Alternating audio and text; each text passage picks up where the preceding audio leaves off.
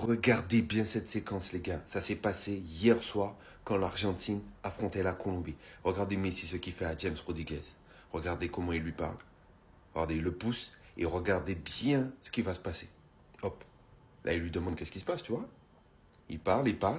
Et vous allez voir, les sous-titres vont apparaître. Vous allez vous rendre compte de la dinguerie qui est en train de se passer. Et surtout, regardez bien la réaction de James Rodriguez. Hop. Là, il se cache un peu, on ne comprend pas trop ce qui se passe. Et là, mais pourquoi? Mais pourquoi? Vous voyez comment il est choqué? Mais je n'ai rien dit. Et là, Messi enchaîne. Messi enchaîne. Et là, c'est cette phrase-là que Messi lui a dit qu'il a choqué. Il lui a dit, tu parles beaucoup. Ce soir, Colombie versus Argentine, voici ce qui a retenu l'attention. L'échange extrêmement tendu entre Lionel Messi et James Rodriguez. Je vous explique ce qui s'est dit. Messi s'est approché de James Rodriguez, il lui a dit, tu as dit qu'ils nous ont aidés lors de la finale de la Copa América. Tu parles beaucoup trop. Et en fait, il fait référence à l'année dernière où la Colombie a perdu face à l'Argentine en finale de Copa América. Et James Rodriguez, il avait dit ça. Nous n'avons pas remporté la Copa à cause de facteurs extérieurs. Je pense que l'arbitre a influencé le match et a favorisé l'Argentine. Moi, j'aimerais qu'on arrête cette hypocrisie autour de Lionel Messi. Ça fait plusieurs fois qu'il nous montre que ce n'est pas le joueur de foot auquel on pense. Il n'est pas aussi gentil qu'on le croit. Vous vous rendez pas compte de la dinguerie? Ça s'est passé il y a 1 an. Il y a 1 an, il a dit des propos après un match à chaud. Lui, il a gardé ça en tête. Et quand il s'est recroisé 1 an plus tard sur le terrain, il lui a ressorti. Vous vous rendez pas compte du personnage, en fait. Messi qui s'embrouille, les gars, avec James Rodriguez et l'arbitre hier lors du match entre la Colombie et l'Argentine, c'est tout de suite. Déjà, les gars, on a une embrouille entre Messi et James Rodriguez parce que Messi lui a reproché ce que James a pu dire lors de la dernière finale de la Copa América. Pour rappel, les gars, James, il a insinué très grandement que l'Argentine a été avantagée lors de la Copa América précédente et aussi lors de la finale de la Copa América précédente. Donc, on entend bien sûr que, en gros, Messi et les siens ont été avantagés par l'arbitrage. Maintenant, apparemment, Messi, les rancuniers, les gars, il l'a retenu et puis il lui a bien rappelé pendant plusieurs fois pendant le match et même avant le match. Ensuite, on a Messi, les gars, qui s'est embrouillé avec l'arbitre à la fin du match parce que le résultat de Colombie-Argentine a été 1-1 et Messi est sorti à la 70e minute où l'Argentine perdait encore 1-0 à ce moment-là. D'ailleurs, les gars, c'est Luis Diaz, il a mis un but vraiment magnifique, slalom dans les défenseurs, but. Au-delà de ça, les gars, le match a été un petit peu catastrophique, un petit peu un match sud-américain. Il y a eu carton rouge pour l'Argentine, il y a eu beaucoup de fautes, ça a été très haché. Ça a fini sur un match nul avec beaucoup de frustration des deux côtés, et notamment de Lionel Messi, donc envers James Rodriguez et aussi envers l'arbitre.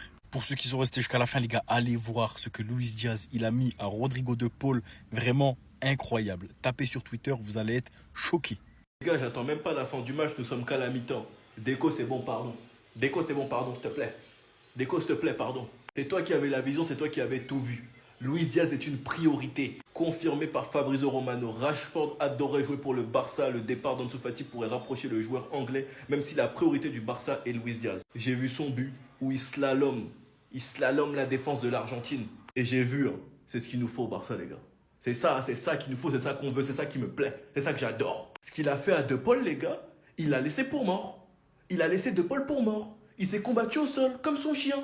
Et dès qu'il voit De Paul au sol, après avoir contrôlé, il a la lucidité de s'emmener le ballon avec son talon. Combat perdu d'avance pour De Paul. Non, franchement, les gars, j'ai compris. Nico Williams, il fait la star. Le train au Barça, il repasse pas plusieurs fois. Il demande un gros salaire. Il a voulu jouer l'Europa League cette saison. L'année prochaine, il va jouer la LDC avec Bilbao. C'est son problème. Liverpool, vous avez payé 150 millions pour Wirtz. Vous avez besoin de cash. Vous avez besoin d'argent, de monnaie. Faites-nous un petit truc pour Luis Diaz. On sait tous que ça vous arrange. Faites-nous un petit cadeau, non? Un petit truc, un petit bonus. 60 millions et on n'en parle plus, les gars. Chill. Avec bonus. Vous les gars, vous en pensez quoi? Raymond sur cette patience, on dit. Ouais. Ok, Luis, un geste à la Ronaldinho. Vous allez voir qu'à cause de ce geste-là, Liverpool, ils vont augmenter sa somme. Passer de 85 millions à 100 millions d'un coup. Merci Luis Diaz pour le football proposé. Franchement, en plus, ça fait plaisir. De Paul, c'est un joueur que j'aime pas trop. Et surtout, c'est un clin d'œil pour le Barça. On sait qu'il a attendu par Deco. Maintenant, les gars, ne vous faites pas avoir. 85 millions sur Luis Diaz. Je refuse de mettre une telle somme. C'est pas pour 2-3 skills qu'on va retourner notre veste, les gars. C'est trop cher. Maintenant, comme je l'ai dit précédemment, hormis l'aspect financier, Luis Diaz, s'il vient au Barça, c'est un top joueur. On veut un ailier gauche de métier. Il a encore montré hier, il a les qualités pour pouvoir jouer chez nous. Percutant, la qualité de finition y était sur son but hier. Il sait prendre les profondeurs, à l'aise dans les petits espaces. Il aura pas du tout de mal en Liga. Attends, on le sait, ça se jouera entre lui et Marcus Rashford. D'un côté, on a un joueur polyvalent qui peut jouer en neuf et sur les côtés. Et t'as Luis Diaz qui est purement un ailier. Je pense que des deux, c'est peut-être la meilleure option finalement. Vous en pensez quoi vous? Donnez vos avis en commentaire. Pas possible les gars. On va recruter un retraité.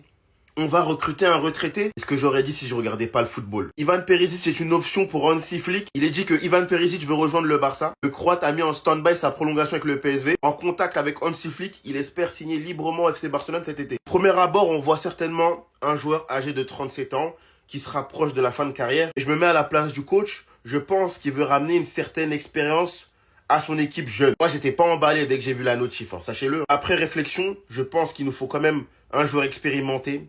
Pour l'année prochaine, on a une équipe qui est très jeune. Ivan Perisic, il connaît les grands matchs, il connaît la Ligue des Champions, il a joué les finales de Coupe du Monde. Il fait quand même une bonne saison avec le PSV. Ça pourrait être une alternative sous couloir gauche si Luis Diaz y vient et qu'il est fatigué par exemple. Parce que notre équipe, elle est bien, elle est constante, mais ils ont pas ce vice-là. Ce vice-là qui te donne des finales de Ligue des Champions. Et donc très sincèrement, les gars, s'il vient, je serai pas déçu. Je vois où il va en venir le coach, c'est cohérent. Et vous, qu'est-ce que vous en pensez? Ivan Perisic, vous êtes pour ou contre? Voilà ce que fait votre Messi. Pendant que d'autres à 40 ans vont soulever des trophées. L'Argentine freinée avec Messi. Sans Messi, l'Argentine enchaîne 8 victoires et 1 nul sur ses 9 derniers matchs. Le seul match non gagné, un 1-1 avec Messi face au Venezuela. Et cette nuit face à la Colombie, l'Argentine était menée 1-0 avant d'égaliser juste après la sortie de la Pulga. C'est une dinguerie ça. Tant que Messi est sur le terrain, c'est une défaite. Messi est sorti, ils ont réussi à égaliser.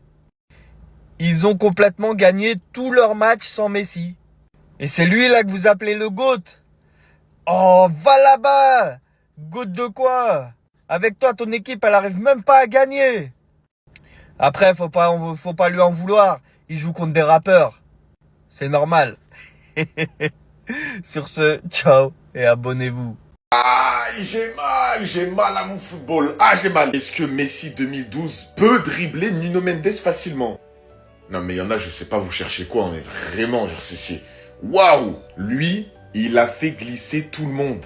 Mais tout le monde! Des défenseurs, des gardiens, des milieux, des attaquants, tout le monde! Les plus grands défenseurs de l'histoire, il les a même pas passés, il les a humiliés. Les Ramos, les Pepe, les Bonucci, les Chiellini, les Boateng, les Philippe Lam, les Marcelo. Et tu penses que c'est Nuno Mendes qui va stopper Messi 2012? Mais les gars, je vous dis la vérité, il l'humilie. Il le laisse pas respirer. Genre vraiment, Nuno Mendes, il va demander le remplacement. Il l'envoie sous civière. Il se fait les ligaments croisés s'il défend sur Messi. Ce Messi-là, waouh. Je vous jure, quand je vois des interviews des joueurs de foot quand ils en parlent, j'ai les frissons carrément. J'ai les frissons. Ça se voit, c'était vraiment spectaculaire. Genre vraiment, je suis pas seul à le penser ça. Hein. Même Ronaldinho, Neymar, qui vous voulez, ça se voit que c'était pas autant dur de défendre sur eux que Messi. Messi 2012, le coup de rein qu'il avait, l'accélération, les choix d'aller à droite, à gauche, tu savais même pas où il allait. Les gars, j'en ai vu des compiles de joueurs de foot. Hein. Je crois que c'est le seul joueur, je l'ai vu au moins 20 fois dribbler toute une équipe.